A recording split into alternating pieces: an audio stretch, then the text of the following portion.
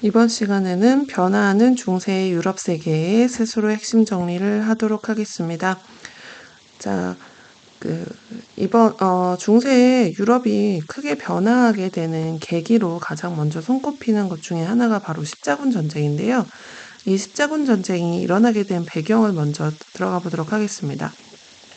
십자군 전쟁은 유럽에서 이제 생산력이 향상되고 농업기술 발달해서 생산량이 향상되고 인구가 증가하는 등 중세 초기보다는 사회 안정이 되게 많이 이루어진 상태고요. 그리고 이제 더 이상 민족의 이동이 많이 일어나지 않습니다. 그러니까 당연히 안정이 됐겠죠. 그런 상태에서 교황권은 점차 강화되어 있어서 우리 지난 시간에 교황은 태양, 세속군주는 달 이렇게 비유했던 거 기억나시죠? 그렇게 하면서 교황권이 강화가 된 상태였고 그리고 여러 계층의 세속적인 욕구가 같이 맞물려 가면서 세속적인 욕구가 이거는 여러 계층들이 이게 맞물려 가면서 일어나진 게 바로 십자군 전쟁이라고 볼 수 있는데요.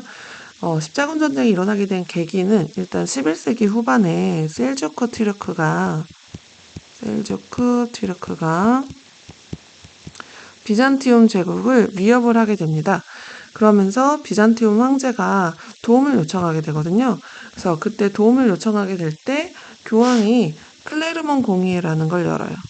클레르몬 공의회를 열어서 여기에서 이제 교황이 전쟁을 하자, 이 셀주크 튀르크를 몰아내자, 비잔티움 황제를 도와주자 이런 것을 그 각국의 성직자들에게 호소를 하게 되면서 그래서 그 성직자들이 전달한 사항을 들은 주군들이, 그러니까 왕들이 그러면 우리 그러면 전쟁을 합시다 이렇게 해서 성지 탈환하자라고 얘기를 하게 되죠.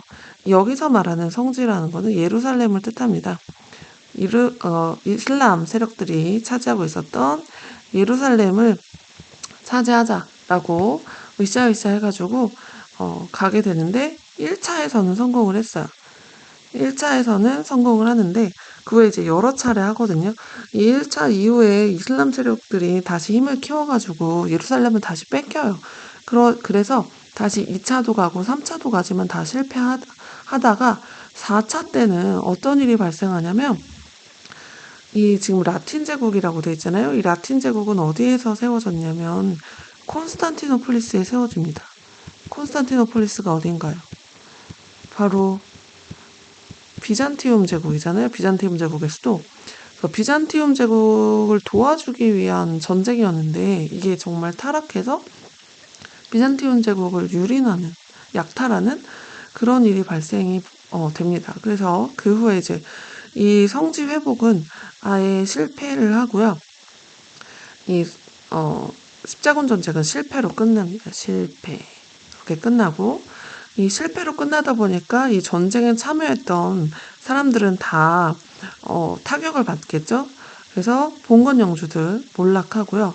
그리고 전쟁하자고 으쌰으쌰 했던 교황은 당연히 교황의 권력이 쇠퇴됩니다.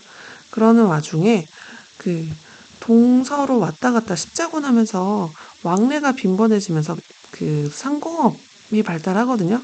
동서무역이 발달해요. 동서무역 발달하고 그리고 이때 이제 비잔티움 문화, 이슬람 문화 유입돼서 유럽 문화 발전이 자극됐다. 그래서 이게 후에 르네상스가 되는 거죠. 르네상스까지 이어집니다. 그래서 이렇게 십자군 전쟁은 십자군 전쟁 자체의 그 의의보다는 영향이 되게 좀 커요. 영향을 좀 기억을 하실 필요가 있습니다.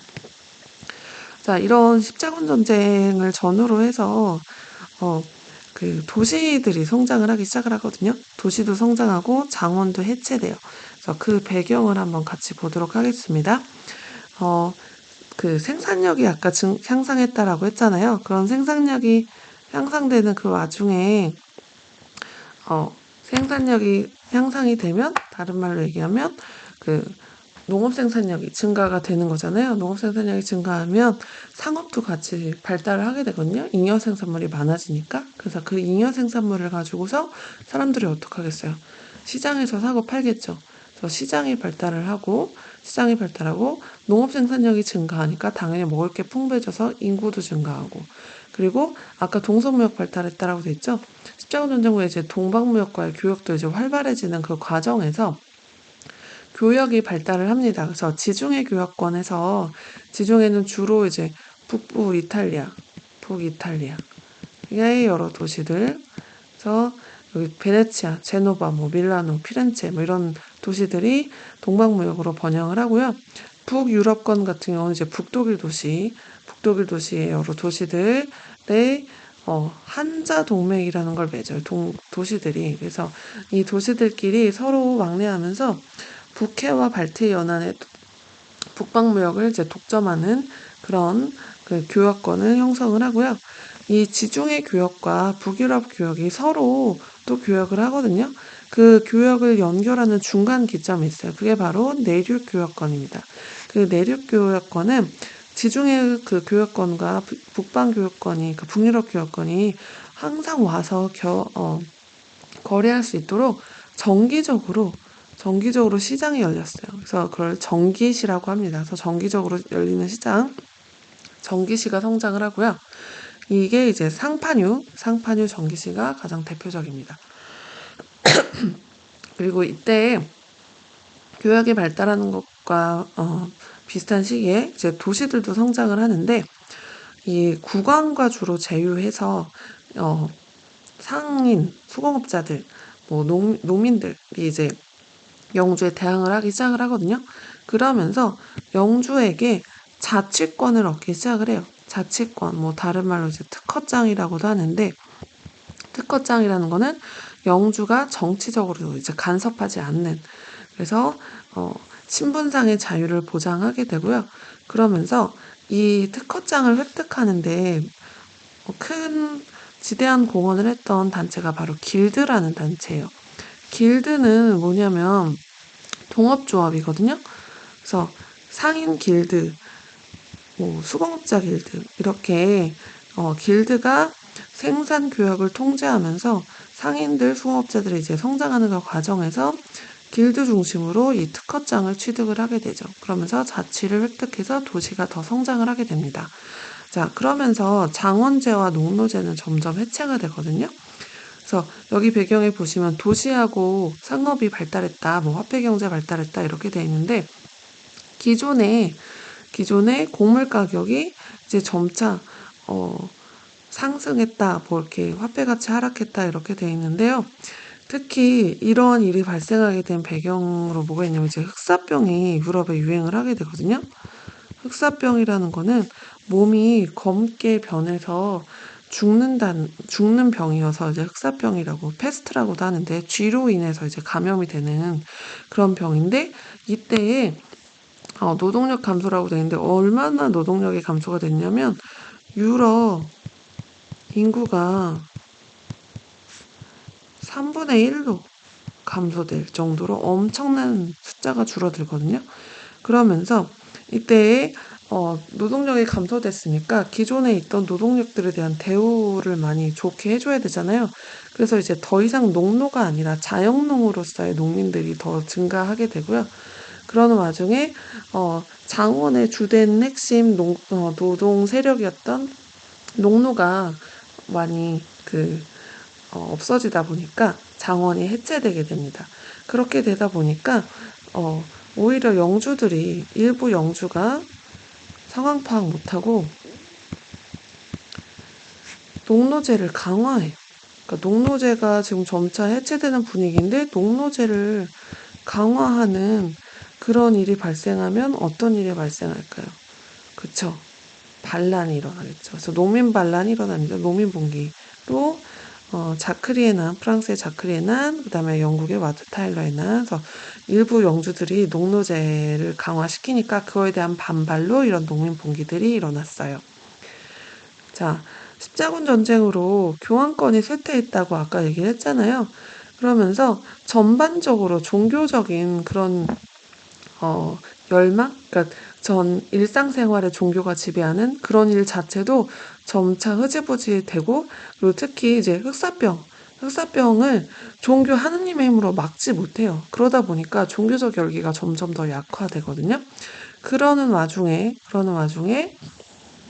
성직자의 과세를 하는 일 문제를 가지고 프랑스 왕이랑 그다음 교황이랑 대립을 하게 됩니다. 프랑스 왕과 교황이 대립을 하게 돼서 프랑스 왕이 교황을 프랑스에 있는 아비뇽에 데리고 가서 유폐시켜요. 그거를 이제 아비뇽 유수라고 합니다. 아비뇽 유수. 아비뇽 지역에 끌고 가가지고 거기에 가둬놔요. 그러면서 어, 프랑스에 너무 교황이 오래 있어가지고 다시 로마로 돌아가자. 교황령인 내 땅으로 돌아가야지라고 해서 프랑스 왕이 놔주거든요. 아, 놔주는 게 아니라 이렇게 이제 좀 가도 되겠지 하고 이제 가요. 그 새로 이제 교황을 로마에 뽑았단 말이에요. 그 프랑스 아비뇽에 끌려간 교황이 죽어서 그랬는데 프랑스 왕의 입장에서는 교황이 프랑스에 있는 게 좋은데 그러고서 프랑스에서 교황을 새로 뽑아요. 그러니까 로마에도 교황이 있고 프랑스에도 교황이 있는, 그러니까 교황이 두 명이잖아요. 그래서 이제 그게 이제 교회 대분열이에요. 교황이 두 명 이상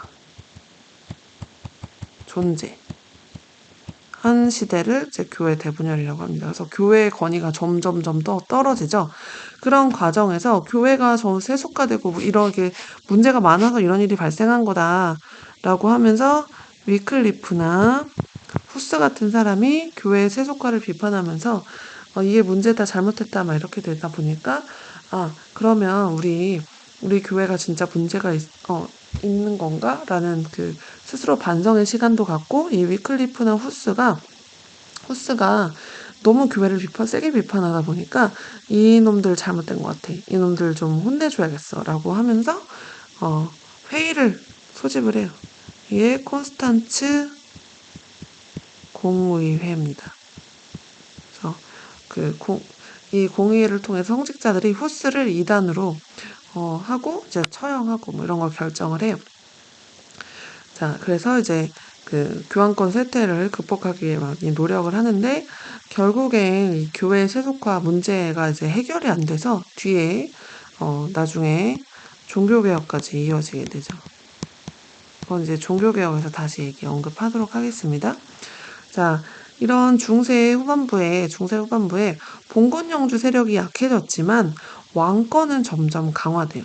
그 배경을 보시면 봉건 영주 세력은 약화됩니다. 그 기사들도 쇠퇴하거든요. 이슬람에서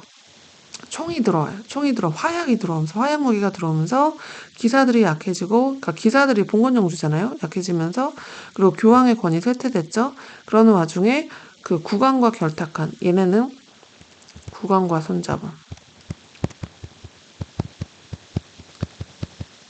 국왕과 손잡은 상공업자들이 이제 성장하는 그 과정에서 왕권이 강해져요.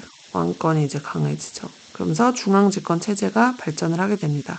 그래서 유럽 각국의 변화의 내용을 보시면 일단 영국 같은 경우는 그 존 왕이 여러분 로빈후드 보셨는지 모르겠는데 로빈후드에 나오는 존 왕자거든요. 로빈후드 원래 그 존 왕자는 그 형이 리차드 왕이 있었어요. 리차드 왕이 십자군 전쟁 가가지고 그 전쟁에 많이 돈을 쓰고 그리고 이제 돌아오는 길에 뭐 이렇게 막 인질도 되고 그래서 그 원래 왕이 인질이 되면 나라에서 그 인질 비용 몸값을 지불하거든요. 막 그러는 과정에서 존 왕자가 왕자일 때도 세금을 엄청 걷어요. 걷는데 거기에 그 리차드 왕이 이제 자식 없이 죽었단 말이에요. 그래서 이제 동생이 이제 왕이 됐는데 이 존 왕이 이제 왕이 된 후에 프랑스하고 전쟁을 해요. 프랑스하고 전쟁을 하면서 또 세금을 또 엄청 걷거든요. 그러다 보니까 세금이 너무 많이 걷어져서 그것에 불만을 품은 귀족들이 그 존왕에게 대헌장, 아이고 파란색으로 해야겠다. 대헌장을 승인할 것을 요구합니다. 대헌장은 왕이 마음대로 세금 걷지 말아라 라고 하는 내용이 주된 내용이에요. 그러면서 이제 그 후에는 이제 의회가 처음 설립이 되기 시작하고, 그러다가 영국이 백년 전쟁에서 패배합니다. 이거 백년 전쟁은 뒤에 또 얘기하겠지만, 이 백년 전쟁은 프랑스와 영국, 이게 이제 왕위 계승 문제 하고, 프랑스 내 영국령 문제,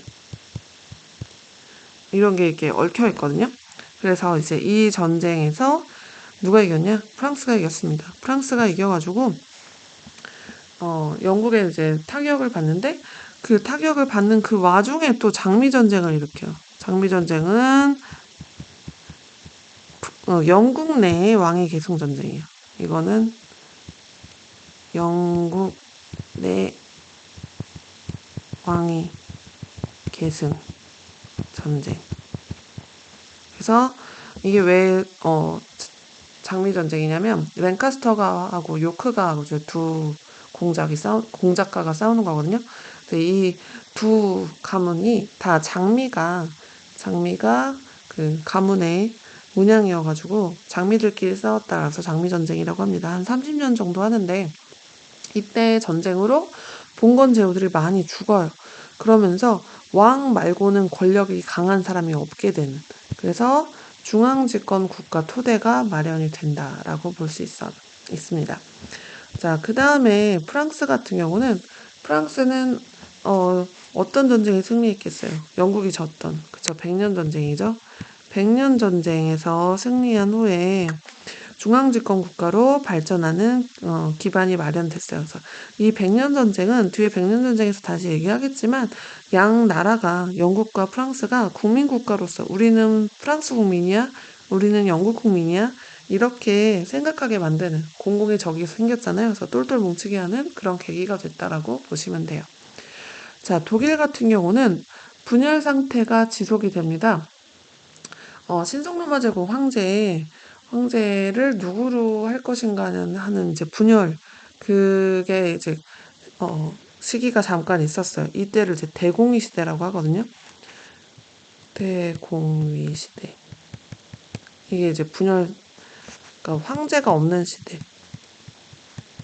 십자군 전쟁을 겹치면서 이제 황제가 없는 시대가 잠깐 있었어요. 그러다가 황금문서라는 걸 만들어요. 누가 제후를 선출할 것인가, 어느 제후들이 황제를 선출할 것인가를, 그거를 이제 정한, 이걸 왜 황금문서라고 하냐면, 황금색 도장을 찍어가지고 황금문서라고 하거든요. 금인칙서라고도 하는데, 이 어떤 제후들이 황제를 선출할 것인가를 결정한 후에, 그 다음에 이제 신성로마 제국 황제를 다시 선출하게 됩니다. 자, 그 다음에 이탈리아는 여전히 분열이죠. 교황령 및 도시국가들로 분열이 되어 있고요. 그 다음에 에스파냐는 15세기 후반까지는 그 이슬람이 차지를 하고 있다가 리콘키스타라고 해가지고 재정복 운동을 막 하거든요. 그래서 15세기 후반에 이베리아 반도대에 이슬람 세력들을 이제 몰아내는 것을 목표로 한 에스파냐가 이제 성립이 되면서 이슬람 세력을 드디어 추출을 합니다. 이슬람 세력을 쫓아내고요. 그리고 이제 포르투갈 같은 경우는 12세기에 카스티아로부터 독립을 해서 15세기 후반 통일국가로 성장하면서 해외 진출을 추진하게 됩니다.